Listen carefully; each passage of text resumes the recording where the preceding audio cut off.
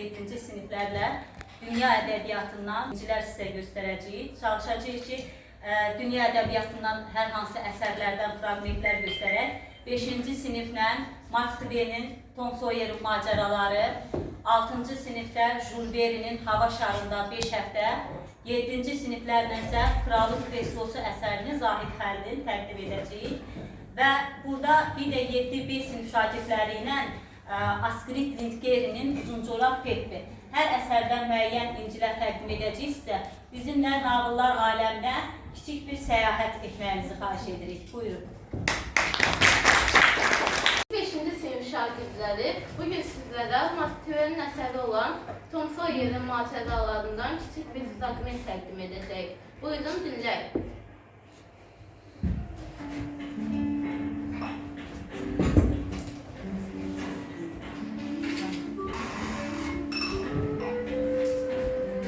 Sən yenə mürəbbə yeyirsən? Yox, xeyr. Axı ağzının hər tərəfi mürəbbədir. Ora bax.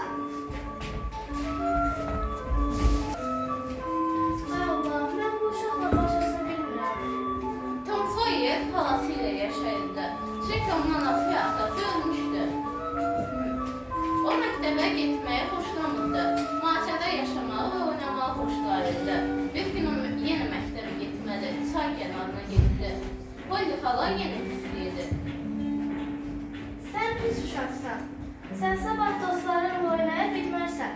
Çünki bugün məktəbə getməlisən. Sabah mənim söşləyəcəksən. Hasarı boyayacaqsan. Şənbə səhəri Tom kefsiz, ancaq o hasarı boyamağa başladı. Onun dostu Jim küçədə idi. Sən də boyamaq istəyərsən? Xeyr, mən boyaya bilmərəm. Mən su gətirməyəcəyəm. Daha sonra Bill Tom'un evinə gəldi. Mən üzməyə gedirəm. Sən gedə bilməzsən. Çünki işləyirsən. Bu iş deyil. Mən yaxşı rəqsizam. Mən də boyaya bilərəm. Yox, Polly xala mənə tapşırıb. Çünki mən yaxşı rəqsizam. Yalvarıram mən də. Mənə ərzaq ver, ondan sonra boya. Bill hasarı boyamağa başladı. Daha sonra Tom'un evinə çoxlu oğlanlar gəldi.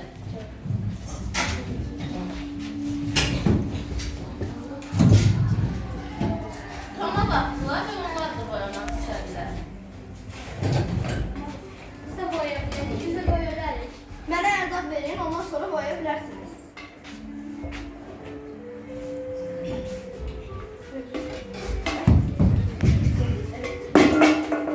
Həyətdə dayandı və oğlanlar boyadılar. Onlar hasarı 3 dəfə boyadılar. Hasar gözəl və al idi. Tommy evə girdi.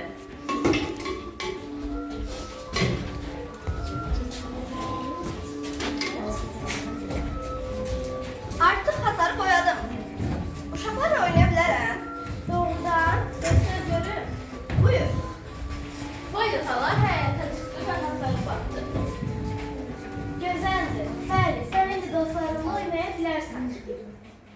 Tom dostu Joe Harper'in evinə getdi və dostları ilə oynadı.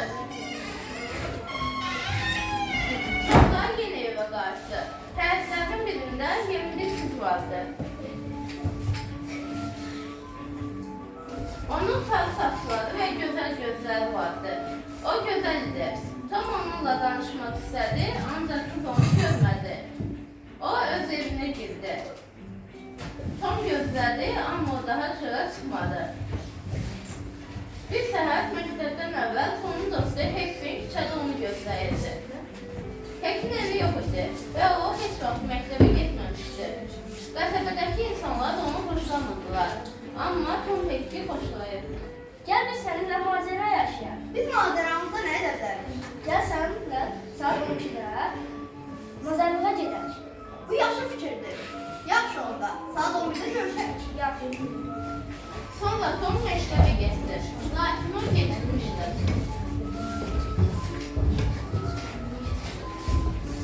Müəllim yenə istəyirdi. Niyə gecikmirsən? Hekkinlə söhbət edirdi. Get qızlarla otur. Tom gedib gələn gözəl qızın yanına oturdu. O sevincliydi. Üzə baxdı. Sənin adın nədir?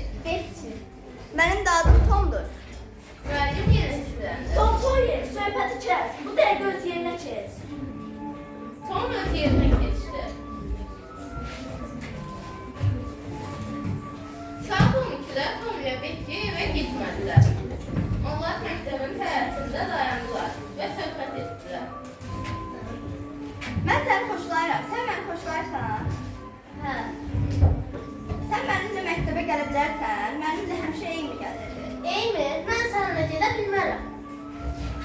Bekki isə Tomu hisslənmişdi. O uzaqlaşıb getdi və cavab vermədi. Tom kədərli idi. O gün olsa məktəbə getmədi. Həmin axşam Tom saat 9-da yatağına girdi. Ancaq yatmadı. Saat 11-də yataq otağının pəncərəsindən həyətə çıxdı. Hek orada idi. Onlar məzarlığa tərəf getdilər. Bir neçə ağacın arxasında dayanıb sakitcə söhbət etdilər. Birdən bir səs gəldi. İlk səfər məzarlığa gəldi. Həkim Mehtabdir və Hindico. Hindico ilə həkim hisli danışırdılar. Sonra Hindico həkimi bıçaqla öldürdü. Tom və Hek baxırdılar. Sonra onlar sürət uzaqlaşdılar. Çünki qorxmuşdular.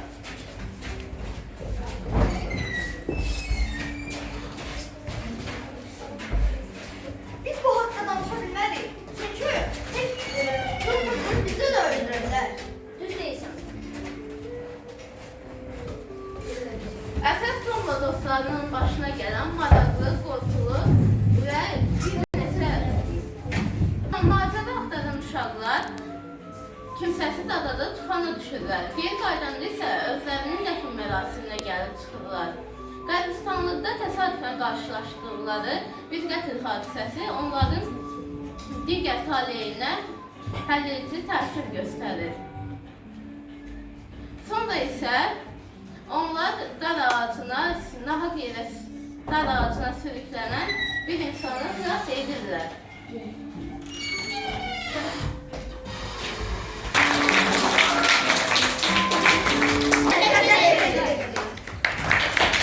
Biz bugün 7A ve 7B şagirdləri olaraq sizə Astrid Lindgren'in Uzuncoraq Pip əsərini tanıdacağıq. Gəlin indi isə başlayalım. Kiçik bir İsveç şəhərində Uzuncoraq Pip adında bir qızcığaz yaşayırdı. Bu qızcığaz çox dəcəl idi. O hələ körpə olarkən anasını itirmişdi. Anasını yaxşı xatırlamırdı. Atasını isə çox yaxşı xatırlayırdı. Atası gəmi kapitanı idi. Hətta atası ilə bir neçə dəfə olsun səfərə çıxmışdı. Atası bir gün dalğalarda dənizdə güclü dalğalar baş verir və atasını özünə qərq edir. Atası Pep inanırdı ki, onun atası zəncilərin kralıdır. Atasından Peppiyə qalan ağzınacan dolu, pul dolu bir çamadan, cənab Nilsson, bir də bu töyük villası qaldı. Peppi məcbur qalır, gəlir töyük villasına. O çox dəmir qız olduğu üçün ona heç kim demirdi, get yaz, şəkər yemə. Mən Uzuncoraq Peppiyəm. Mən şirin bir yalançıyam. Mən qaydalara əməl etmirəm. Mənim öz qaydalarım var. Və mən xərçəng kimi daldalı yeriyirəm. Və mən bu toy villasında yaşayıram. Gəlin sizi toy villanı tanış edim. Töyük villasının qonşuluğunda iki uşaq yaşayırdı. Bu uşaqların adı Annika və Tom idi. Onlar hər zaman istəyirdilər ki, qonşuluqda olan evdə bir ailə gəlsin və orada onların təzə dostları olsun.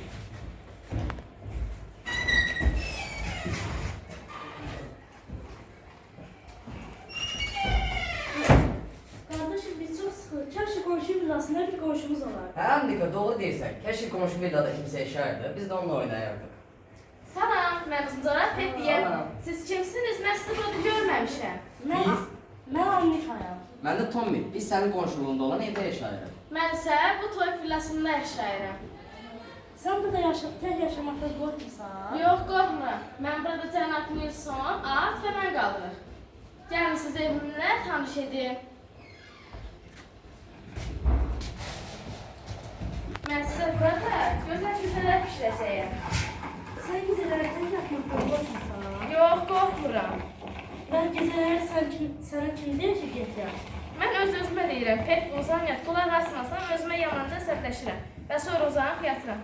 Vəssalam, köşələrimiz hazırdır. Bu sənin, bu isə mənim. Dalı çox gözəldir. Çok tatlıdır Ferdi.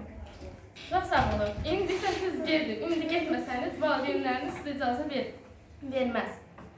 Səhər gələrsiniz, mən sizdə bazara gedəcəyəm. Baxın, mən bu qədər qızılım var. Səhər istədiyinizi alarsınız. Oldu, sabah görüşərik. Sağ ol. Sağ ol. Və Annika və Tommy evlərinə gedir. Səhər açılır. Annika biraz tez durur və qardaşı Tommy'ni oyadır ki, dur, biz qəribə görünümlü qızın yanına gedəcək. Onlar hər zamanki kimi əl-üzlərini yuyur, dişlərini fırçalayır, səhər yeməyinə düşürlər.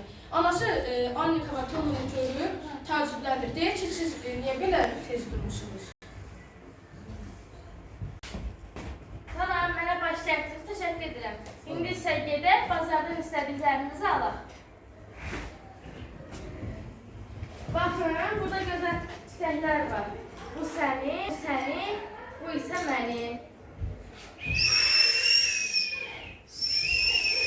Hey uşaqlar, bəsdirin, bu nə bir abırçılıqdır? Küçədə cəmaat var, onları narahat edirsiniz.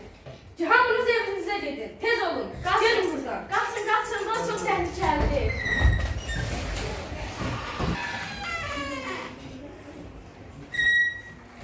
Gəlin, qaçdı. Məsləhət dəniz sahibinə çıxmalıyam. Mən sizlə burada görüşüm.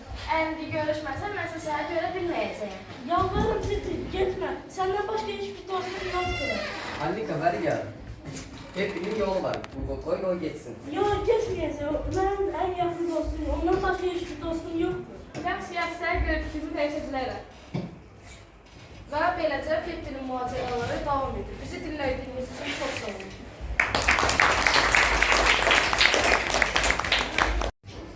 Biz 7-5 sin şagirdləriyik. Bu günləri Zahid Xəlilin Kralın Kreslosu əsərindən müəyyən parçaları sizə təqdim edəcəyik. Sizin informasiyanızın daha artıq olması üçün hərəmiz öz parçamıza uyğun təsvirlər vermişik. Ancaq ilk öncə mən Kralın Kreslosu hekayəsidir. Bir gün hamı, yəni bütün kreslolar sahilə qaçırdılar. Bunun səbəbini heç kim bilmirdi. Ancaq kreslolar bilirdi. Çünki onlar kralın görüşünə gedirdilər.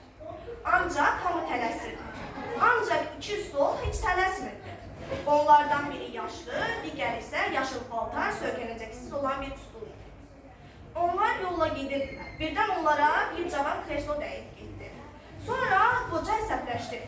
Heç burada qoca cavan sayan yoxdur. Heç kim qocaları saymır. Cavanlar qabaqda gedir, qocalar qalır dalda. Yaşıl giyinli kreslo bunu təsdiqləyir. Birdən onların dalından biri səsləndi. Onlar dala döndülər, gördülər ki, heç kim yoxdur. Ancaq biraz aşağı baxdılar, gördülər ki, bu ayaqaltıdır. Ayaqaltı soruşdu. Yoldaşlar, bu nə işdir? Hamı niyə sahilə tərəf qaçır? Sonra yaşıl paltar dedi. Ay ağılsız, sən heç nədən xəbərin yoxdur. O qədər ayaq altında qalırsan, yatıb qalırsan. Sonra isə qoca təngənəfəs şəkildə dedi. Sən nə biləsən, hamı kralın görüşünə gedir. Sonra soruşdu. Bəs niyə hamı ancaq stollar gedir? Sən bilmirsən, bizim kralımızın ayaqları yoxdur. O özünə stol seçir. Əgər həmin kreslo seçilsə, o sarayda olacaq və ona deyəcəklər. Bax, budur kralın kreslosu. Sonra o bütün kresloların kralı olacaq. Bu söz dedikdən sonra istədi desin ki, axı biz kreslo deyilik, biz istəməyək. Ancaq bunu demək istəmir. Çünki o bilir ki, bu sözü desə, ona çox acıqlanacaq. Nəhayət çata-çatda arxadan nəsə bir qalır. Bu lampalar Lampalar da sahilə dolduracaq. Sonra soruşur. Bəs bu stolları başa düşdük və bu lampalar hara gedir? Sonra sən bilmirsən, bizim kral kördür. Buna görə də onun əlində lampa lazımdır ki, o lampanı götürsün, ona heç kim çarpışmasın. Sonra nəhayət gəldilər, çatdılar ora. Ora çatdıqdan sonra hamı çatlaşma düşünür. Bilinirdi ki, artıq kral. Artıq kimin paxılları çəkinəcəyinə qərar vermək var. Kral isə heç bunlara fikir vermir. Ayaq altını tutup altına çəkir. Onun dərdi sadəcə oturmaq. O stol seçmir. Nəhayət bəxtəvər ayaq altı bəxtəvər kralın kreslosuna gedir. Ancaq yenə də bilinmir ki, bu hikayə həqiqət olub, yoxsa. İndi isə mən həmin kitabın üzərindəki hikayəni danışdım. İndi isə gəlib birlikdə Çinə səyahət edək. Bir gün bir dovşan meşədə gəzə-gəzə gedirdi. O yolda bir güzgü tapıb özünə baxdı. Elə bildi ki, o rəsmdir. Baxıb dedi, ay aman, nə gözələm belə, lap qəşəngdir deyə meşəyə səs-küy saldı. Bunu eşidən ceylan qaça-qaça gəlib baxdı. gözəl rəsmdir deyə dedi. Mənim buynuzlarıma bax nə gözəldir, gözlərimə söz ola bilməz. Bunu eşidən canavar isə gəlib baxdı. Düz deyirsiniz, bu rəsm çox gözəldir. İlan da baxıb dedi, doğrudan da gözəldir. Sonra isə meymun gəlib dedi, məgər siz ilanın dişinin altındakı zəhəri görmürsünüz, indi hamınızı çala bilər, deyib bütün heyvanları təşvişə saldı. Meymun baxıb dedi, bu nə çirkin rəsmdir belə, heç bəyənmədim, bunu necə bəyəndiniz deyə dedi. Bunu dedikdən sonra meymun güzgünü götürüb dərəyə atdı. Güzgü sındı, hekayə də burada bitdi. Əziz dinləyicilər, sizcə meymun güzgünü niyə yiyib dərəyə atdı? Uşaqlar, sizcə deyim niyə? Mənim fikrimcə meymun özünü bəyənməmişdi. Mənim fikrimcə meymun çirkin idi, özünü bəyənmədi. Elə bildi ki, güzgüdədir günah. Buna məsəl göstərə bilərəm ki, meymun baxar güzgüyə, adın qoyar özgüyə.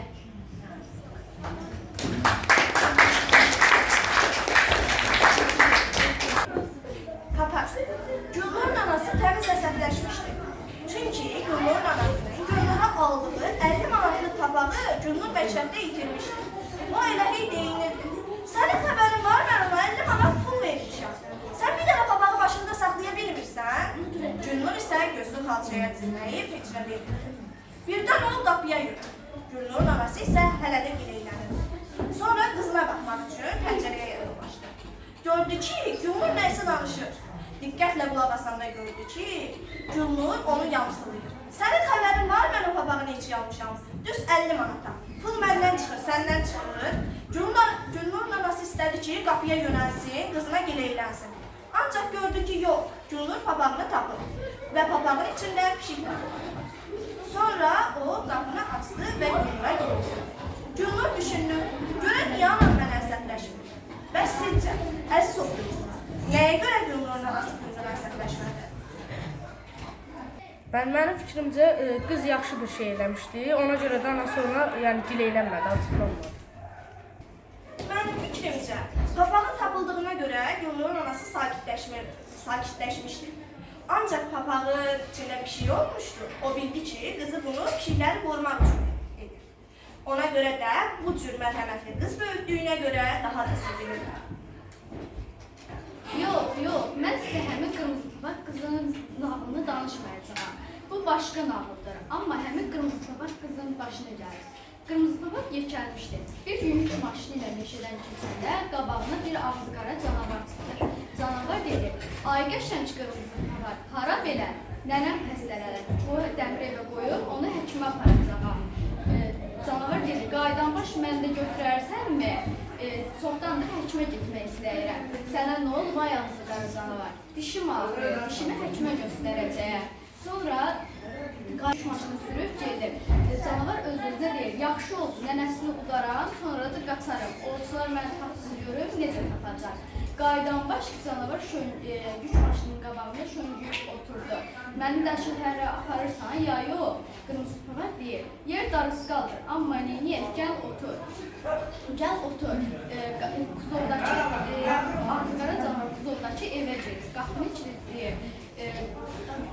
Ağzıqara canavar hardan biləyik ki, qırmızı papaq indi heyvanxanada işləyir. Onun məqsəd də onu heyvanxanaya aparmaqdır. Uşaqlar ağzıqara canavarlara maraqla baxırdılar. Canavar aldadığını bilib, belini köşkün divarlarına sürtüb mırıldayırdı ki, bu səfər qırmızı papağı yeyə bilmədi. Əziz dinləyicilər, bizi dinlədiyiniz üçün sizə təşəkkür ederim.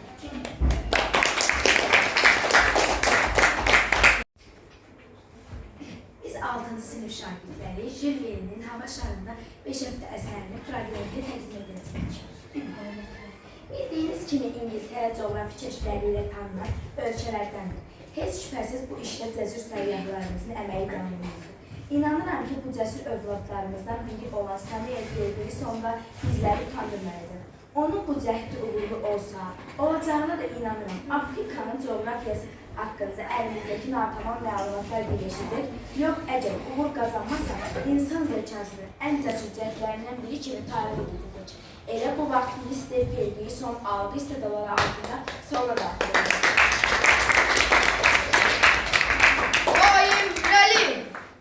Mən yolumu izləmirəm, yolum məni izləyir. Mən qidəsinin şərq sahilindən qərb sahilinə qədər Ferguson təqribən 40 yaşında orta boy kişi idi. Səmimi baxışlar və siması insana güvən istəyirdi. Samuel Fergusonla Ned Kennedy hələ gənc yaşlarında Hindistanı tanış olmuşdular. O vaxtlar güc ovçuluqla, Samuel isə bitki və həşəratlarla araşdırmaqla məşğul idi. Fərqli işkilərlə məşğul olsalar da bir-birləri ilə yaxşı dil tapırdılar. Sonraki illərdə yollara ayrılsa da əlaqələrini heç vaxt kəsməmişdilər. Buyur ağa, yeni gələn qəzetlərimizdəndir. Ola bilməz, biz bu çatmırdı. Afrikana, şərqinə, qərbinə hava şəhəri gitmək. Ağam sizə şey inanmıyor, bəlkə bu məlumatlar səhvdir. Yox, biz tez Ferguson yanına getməliyik. Ağam, mən səni tək buraxa bilmərəm. Yox, sən burada qalacaqsan. Xeyr, ağam, mən səni tək buraxmayacağım.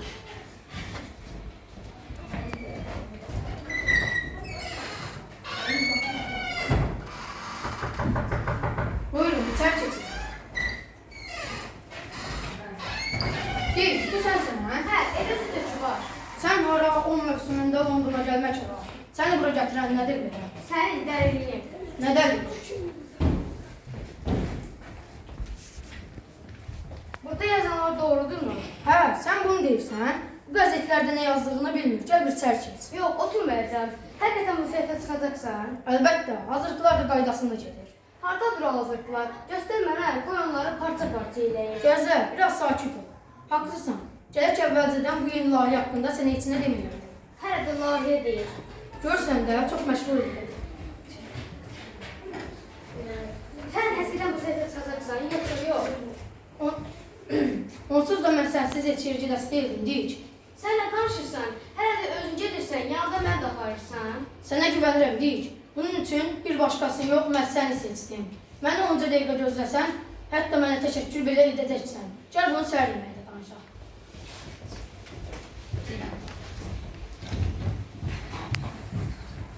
Əziz dostum, layihə çox mənasızdır. Belə bir şey ola bilməz. Yoxlayıb görərik. Yoxlamaq heç lazım deyil. Təhlükə dedirsən, ondan heç kim qaça bilməz. Masa arxasında oturanda və ya şapkasını başına qoymaq istəyəndə təhlükə ilə qarşılaşmaq olar. Alnımıza nə yazıbsa o da başımıza gələcək deyik. Sənin bu alın yazını inanmağın olmayacaq. Hə, alın yazısına inanıram, amma yaxşı mənada. İngilis atalar demişkən, alnına idam vermək yazılıbdırsa, demək ki bir adam boğularaq ölməz. Afrikanın şərqindən qərbinə getmək istəyirsənsə, quru yol ilə deyil, hava şarı ilə gedirsən. Ona görə ki, indiyə qədər belə cəhdlər nəticəsiz qalır. Buna cəhd etmiş səyyahlar aclıq, susuzluq, qızdırma və ən əsası vəhşi heyvanların, vəhşi yerli qəbilələrin hücumlarından həyatından oldular. Necə deyirlər, ortadan getmək olmursa, yan tərəfdən dolaşmaq və ya üstdən getmək lazımdır. Bəs sən hava şarına necə istiqamət verəcəksən? Hə, üstəlik qorxulası heç nə yoxdur. Hava şarına itaət etmək üçün nə lazımdırsa, mən hamısını eləmişəm. Hava isti olsa yuxarıdan, soyuq olsa isə nisbətən alçaqdan çıxarıq. Dağların, daşların üzərindən keçib, Afrika qitəsinə səmadan atası baxırmış kimi səmadan seyr edərik. Bəs, hava şarını necə istiqamət verəcəksən və qazları necə təmizlik edəcəksən? Hava şarı ilə uzun məsafələri səyahət etmirlər. Çünki hava şarının qazını vaxt getdikcə bitir. Hə, bunun üçün heç narahat olma, deyil. Mən elə edəcəm ki, hava şarının bir qaz molekulu belə itməyəcək. Amma bu necə edəcəyimi qoyaları sir kimi qalsın. Gəl mənimlə razılaş, deyik. Bu səyahətə çıxaq. Ferguson, sən mənim başımın bəlasısan da. Gəl, gedək.